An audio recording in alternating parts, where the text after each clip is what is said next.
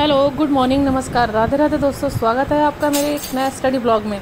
मैं हूं आपकी दोस्त उर्मिला, एक होम मेकर, मॉम और एक एस्पिरेंट यूपीपीसीएस की तैयारी करती हूं। मैं अपनी स्टडी का रूटीन आपके साथ शेयर करती हूं। कैसे आप सभी, उम्मीद करती हूँ सभी बहुत अच्छे होंगे, सबकी स्टडी बहुत अच्छी चल रही होगी, लाइफ में अपनी आगे बढ़ रहे होंगे। शुरुआत करते हैं हम इस ब्लॉग की।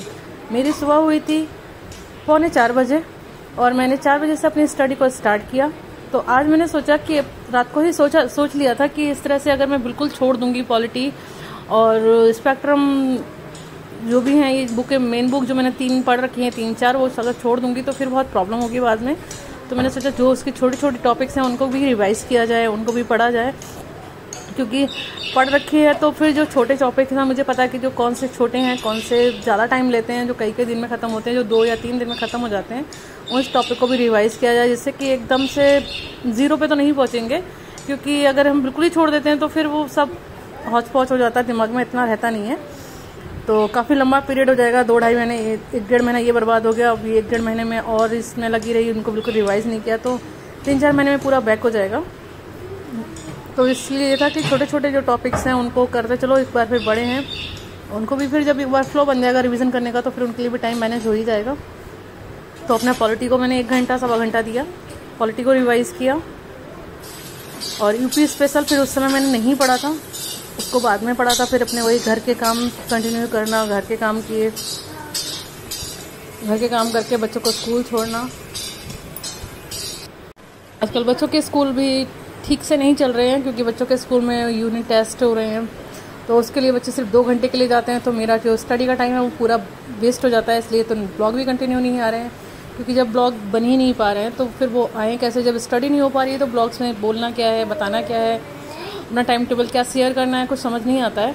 तो स्टडी भी इतनी प्रॉपर नहीं हो पा रही है। लेकिन ये चीज़ें बहुत नेगेटिविटी भरती हैं। लेकिन वही चीज़ें हैं कि नेगेटिव होने के लिए तो हमारे पास बहुत कुछ पड़ा है। हर एक चीज़ है जो हमें डिमोटिवेट करने के लिए तैयार खड़ी है। बस ये है कि हमको पॉजिटिव करने के लिए, हमको खुद को पॉजिटिव रखने के लिए बहुत सारी चीज़ें ढूंढनी पड़ती हैं। बाकी डिमोटिवेशन तो हमें हर जगह से खुद ही मिल जाता है। अगर डिमोटिवेट होना है तो इसमें ही हो लो कि अभी इतना वेस्ट हुआ है टाइम, अब ये हो गया। वैसे भी अभी सावन है तो बच्चों का स्कूल वो 6 दिन की जगह 5 ही दिन खुलता है, लेकिन यही टाइम है बच्चों के साथ भी स्पेंड करने के लिए। हर चीज़ के लिए टाइम फिक्स है। बच्चे भी कुछ दिनों बाद बड़े हो जाएंगे, कुछ सालों में, फिर वो भी टाइम, ये जो गोल्डन पीरियड है बच्चों का, बच्चों के साथ हमें अपना समय स्पेंड करने का, वो भी चला जाएगा। जो मेरी लाइफ के 1-2 साल बचे अपने कैरियर बनाने के, वो भी निकल जाएंगे। तो बस यही चीज़ें हैं कि हर नेगेटिव थॉट को अपने मन से बाहर निकालना है और अपने को पॉजिटिव रखना है, टाइम को मैनेज करना है, आगे बढ़ना है। स्टडी कितनी कम हो पाती है, कितनी होती है, बस उससे नेगेटिव नहीं होना है। बस कोशिश ये करनी है कि ज़्यादा से ज़्यादा हम कैसे कर सकते हैं, कैसे अपने टाइम को मैनेज कर सकते हैं, कैसे प्रॉपर बच्चों को टाइम दे सकते हैं। जैसे बच्चे घर पे होते हैं, स्कूल नहीं गए होते हैं, तो मैं उनका टाइम ज़्यादा वेस्ट नहीं करना चाहती हूँ, क्योंकि बच्चों का ये गोल्डन टाइम है। बच्चों के लिए जो सिखाना है, जो समय देना है, वो भी वापस लौट कर नहीं आना है। बच्चे बड़े हो जाएंगे धीरे धीरे तो फिर उनका बचपन भी लौट कर नहीं आएगा। फिर वही रिग्रेट रह जाएगा कि हम बच्चों के साथ कभी खेल नहीं पाए, बच्चों के साथ ये नहीं कर पाए। तो वो चीज़ें भी मुझे कभी फील नहीं करनी है अपनी लाइफ।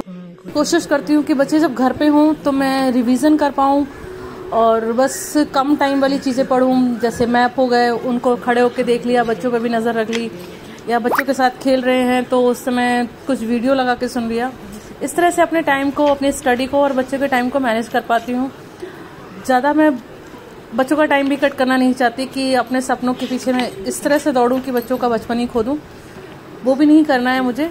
बस मैं कोशिश यही करती हूँ कि मैं हर चीज़ को मैनेज करके आगे बढ़ सकूँ, क्योंकि समय, हर चीज़ के लिए लिमिट है, हर चीज़ के लिए समय फिक्स है। वो समय वापस फिर कभी नहीं आने वाला है। तो मैं कुछ भी नहीं खोना चाहती। इसलिए कितने भी नेगेटिव थॉट माइंड में आ जाएं, कितने भी नेगेटिव थॉट आ जाएं या जो भी हो, मैं खुद को पॉजिटिव रखने के लिए बस कुछ ना कुछ करती रहती हूँ कि मैं खुद को पॉजिटिव कैसे रख पाऊँ, कैसे अपनी स्टडी को मैनेज करूँ, कैसे बच्चों का टाइम को मैनेज करूँ। बस इस कोशिश में लगी रहती हूँ कि नेगेटिव थॉट अगर आ गए तो मुझे नेगेटिव होने के लिए फिर ज़्यादा वो नहीं लगेगा, क्योंकि सब कुछ अकेले मैनेज करना, बच्चों का टाइम प्रॉपर देना, सब कुछ करना है। तो ऐसे भी कहते हैं कि अकेला इंसान जब रहता है तो उसके पास नेगेटिविटी बहुत ज़्यादा आती है, उसके मन में बस नेगेटिव विचार ही आते रहते हैं, नेगेटिव थॉट आते हैं। इसलिए मैं अपने आप को खुश रखने की कोशिश भी करती हूँ और बिज़ी, कि स्टडी में बिज़ी रखूँगी तो फिर बच्चों के लिए भी टाइम प्रॉपर दे पाऊँगी और इंसान खुश रहता है हर चीज़ में, मतलब टाइम मैनेज कर पाऊँगी। अगर मैं थोड़ी सी भी नेगेटिव हुई तो मेरे बच्चों का टाइम, मेरी स्टडी का टाइम, सब कुछ डिसबैलेंस हो जाएगा। और घर के काम तो ऐसे हैं कि वो कभी ख़त्म नहीं होते। घर के काम इतने हैं कि वो कभी फिनिश नहीं होंगे। वो कॉन्टिन्यूस एक प्रोसेस है, काम नहीं है, एक प्रोसेस है जो चलता ही रहना है, क्योंकि हर दिन वही काम है, वो फिक्स है, करने ही करने हैं। तो उसके लिए बस इतना है कि हम टाइम कैसे मैनेज करें, कैसे उससे अपना काम टाइम निकाल लें। क्योंकि अगर मैं धीरे धीरे काम करती रहूँ तो मैं ना बच्चों के टाइम दे पाऊँगी, स्टडी के लिए तो बहुत दूर की बात है। स्टडी के लिए टाइम मैनेज करना तो फिर पॉसिबल ही नहीं होगा। कुछ लोग हैं यही इतना ही काम में पूरा टाइम लगा देते हैं और खुद के लिए भी टाइम नहीं निकाल पाते। बच्चों के लिए तो पूछो ही नहीं कि बच्चों के लिए वो क्या ही टाइम मैनेज करते हैं। लेकिन वही चीज़ है कि अगर घर के टाइम में ही इतने बिजी रहे तो वो तो एक कंटिन्यूस प्रोसेस है जो चलता ही रहना है। बच्चों का बचपन भी यहीं रुक जाएगा, बच्चे बड़े हो जाएंगे, स्टडी का टाइम निकल जाएगा। तो बस ये है कि ये 2-1 साल जो हमारे पास हैं वो बहुत ही गोल्डन पीरियड है। इसको हमें हर तरह से मैनेज करके आगे बढ़ना है। ना हमें बच्चों के टाइम के साथ सेक्रीफाइस करना है, ना ही अपने सपनों के साथ। इसलिए नेगेटिव थॉट को अपने से बहुत ज़्यादा दूर रखिए। नेगेटिव थॉट आने से पहले ही उनको ख़त्म कर दीजिए। खुद को डिमोटिवेट ना होने दीजिए, मोटिवेट रखिए खुद को। टाइम को मैनेज कीजिए, बच्चों के साथ अपना टाइम स्पेंड कीजिए। बच्चे एक हमारी ज़िंदगी में कितनी हिम्मत होते हैं कि वो हमें सबसे ज़्यादा मोटिवेशन देते हैं। हम उनके साथ खेल कर अपने आप को रिचार्ज भी महसूस करते हैं। बहुत अच्छा फील होता है बच्चों के साथ टाइम स्पेंड करके।